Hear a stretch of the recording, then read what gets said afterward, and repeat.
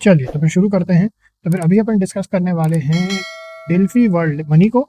Delphi world money limited, ये जो है इनकी research report global business newsletter ने बनाई है। अगर आप लोग चाहें तो इनको सब्सक्राइब कर सकते हैं।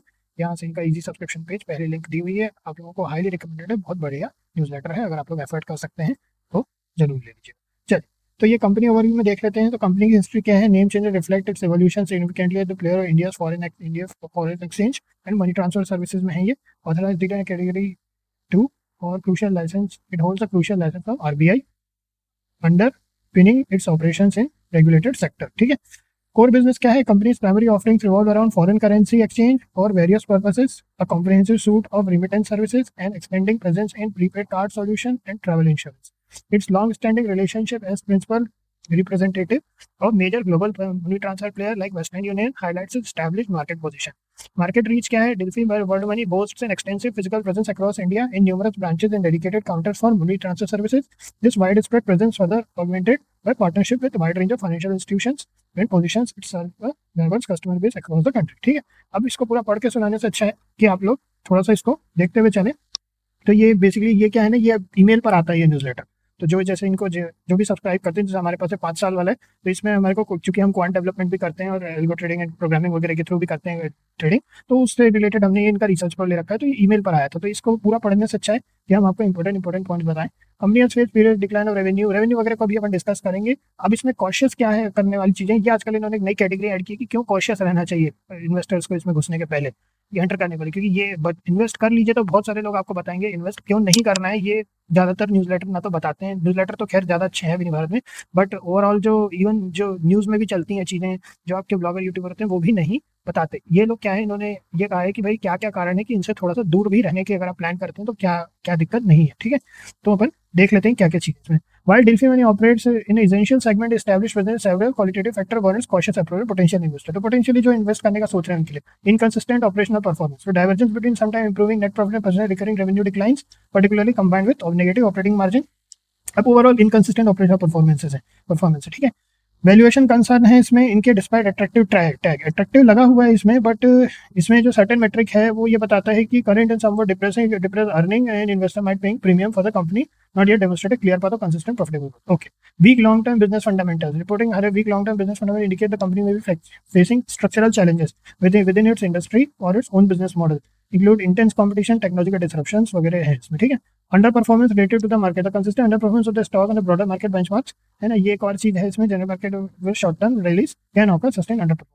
हाई वोलेटिलिटी, अभी हाई वोलेटिलिटी को अपन देखेंगे इनके चार्ट में जाकर के, तो इन्होंने बताया बहुत ज्यादा प्राइस स्विंग होता है, moving considerable highs and lows relative short period of time है। फिर सेंसिटिविटी टू एक्सटर्नल फैक्टर, जो फॉरेन एक्सचेंज रेमिटेंस बिजनेस है, highly sensitive to geopolitical events, है ना, global economic trends, currency fluctuations वगैरह से डायरेक्टली इफेक्ट होता है। Nature of micro cap investment, micro cap company है ऑलरेडी क्या है, बहुत ज्यादा वॉलेटाइल होती है, inherently higher due to low liquidity, less analyst coverage. ठीक है, एनालिस्ट कवरेज लेस होता है इनका, इसीलिए इन लोग क्या है ऐसी कंपनियों पर रिसर्च ज्यादातर करते हैं जिनको ज्यादा एनालिस्ट लोग कवर नहीं करते। तो ये है।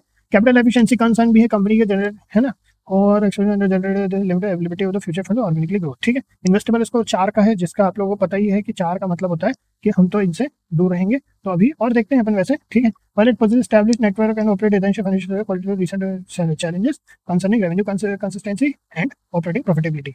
The stock recent price movements, while positive in the short term, appears to occur within the broader concept underlying fundamental weakness। ठीक है।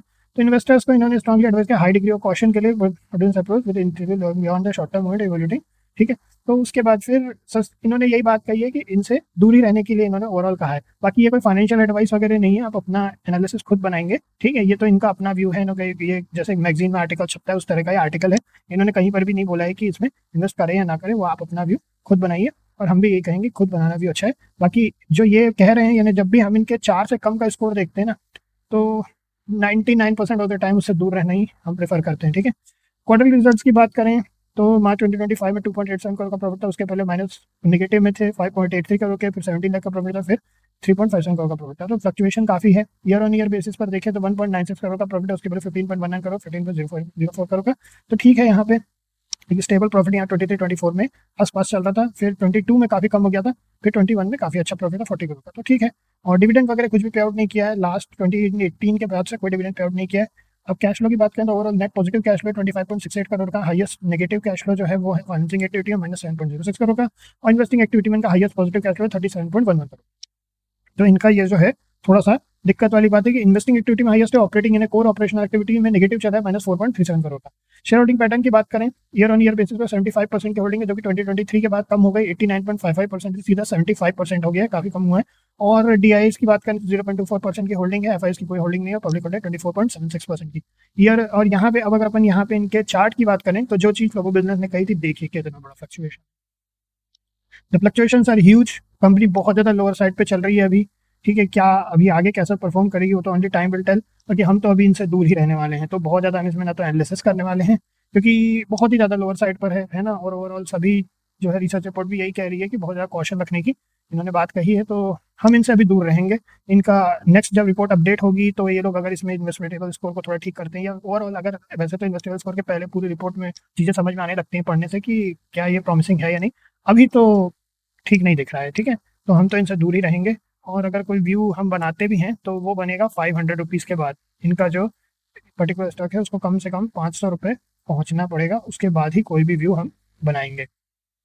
और हाँ, एक और चीज़, लिक्विडिटी वगैरह को चेक करा कीजिए, ठीक है। कोई भी अगर आप एंटर करने जा रहे हैं तो देखिए कि टोटल कितना इनके ओवरऑल शेयर्स हैं, कौन कौन होल्डर्स हैं, क्या बड़े बड़े होल्डर किए हुए लोग हैं इसमें, है ना। ये सारी चीज़ें इन्हें ये आप देख सकते हैं। इसको कहने का मतलब है कि जैसे अगर आपको दिखाना चाहें जाते जाते थोड़ी सी एक इंपॉर्टेंट चीज़, तो प्रमोटर होल्डिंग को देखते हैं। चलिए, तो प्रमोटर में कौन कौन है प्रमोटर्स, ठीक है। इसमें इन्होंने नहीं दिया है अच्छे तरीके से, ये रहा दिया हुआ है, ठीक है। तो ये एक XB cash world money limited है, ठीक है। अब अगर ये XB cash world money limited की बात करें तो आप देखिए यहाँ बर्ड डील्स दी हुई है, ठीक है। कब खरीदा था? फरवरी 2019 में, 528 रुपीज़ के प्राइस पे। तो अभी तो ये बहुत ज़्यादा नीचे चल रहा है, ठीक है। तो एक अपने को एक आइडिया है कि डेल्फी वर्ल्ड के पास ये प्रमोटर के अपने हैं, ठीक है, प्रमोटर के अपने स्टॉक्स हैं, तो कोई भी बड़ा इन्वेस्टर इसमें अभी इंटरेस्टेड नहीं है। अगर हम एक और चीज़ के ऊपर देखना चाहें तो इसको हम एक और तरीके से देख सकते हैं। तो ये जो है, देखें जैसे डीआईएस की थोड़ी सी होल्डिंग है, ठीक है। तो डीआईएस की क्या होल्डिंग है अगर अपन देखना चाहें, इसका और डिटेल एनालिसिस ट्रेंड लाइन के अंदर किया जा सकता है। तो अगर हमारे पास थोड़ा समय है तो अपन ट्रेंड लाइन में भी देख लेते हैं। चलिए चलिए कंटिन्यू करते हैं अपन। तो ये आ गए अपन यहाँ पे इनके ट्रेंड लाइन के पेज पे, ठीक है। तो यहाँ पे आजकल इन्होंने लॉन्ग टर्म एएसएम स्टेज 1, ठीक है, ओके, सर्विलेंस में लगा हुआ है, देखिए, ठीक है। एडिशनल सर्विलेंस मेजर में लगा, ग्रेडेड सर्विलेंस मेजर में लगा हुआ है, एडिशनल सर्विलेंस मेजर में लगा हुआ है ये। केयरफुल, वेरी केयरफुल, ठीक है। वॉल्यूम की बात करते हैं, एनएससी प्लस बीएससी 1.1 मिलियन का वॉल्यूम है, ठीक है। ड्यूरेबिलिटी स्कोर, तो ये तो खैर इनके अपने स्कोर से, जैसे ये रिसर्च इनकी अपने स्कोर होते हैं ना, ये जैसे इनके स्कोर होते हैं, ये बिल्कुल वैसा है। बाकी ट्रेंड लाइन काफ़ी सोफिस्टिकेटेड सॉफ्टवेयर है, ये एक न्यूज़ लेटर है। ट्रेंड लाइन भी अच्छा है, ये भी अच्छा है, बट जैसे ये काफ़ी ब्रॉड टॉपिक्स के बारे में लिखते हैं, और ये जो है ये स्पेसिफिकली ये स्क्रीनर है एक तरह का, है ना। चलिए, अब इसमें देखने लायक देखिए, यहाँ पे ये सब इनकी इन्फॉर्मेशन दी हुई है। हमें चाहिए है इनकी होल्डिंग देखनी है आपको, ठीक है। चलिए अपन होल्डिंग देख लेते हैं फटाफट। ये देखिए, प्रमोटर होल्डिंग है 75% की, और एक एच है जिसने 1.6% की होल्डिंग कर रखी है। और यहाँ तो ये इनका कहना है कि और कोई होल्डिंग है ही नहीं किसी की, ठीक है, ना एफआईएस की होल्डिंग है ना डीआईएस की होल्डिंग है। और ये अपन यहाँ पे बल्क डील देख सकते हैं, 315 रुपये में बीएससी में 315.39 रुपीज़ में परचेज किया इन्होंने 21 अक्टूबर 2024 को, ठीक है। एक बल्क डील हुई, इंटरेस्टिंग। सरोज गुप्ता जी ने उसी दिन 349.90 पे बेचा।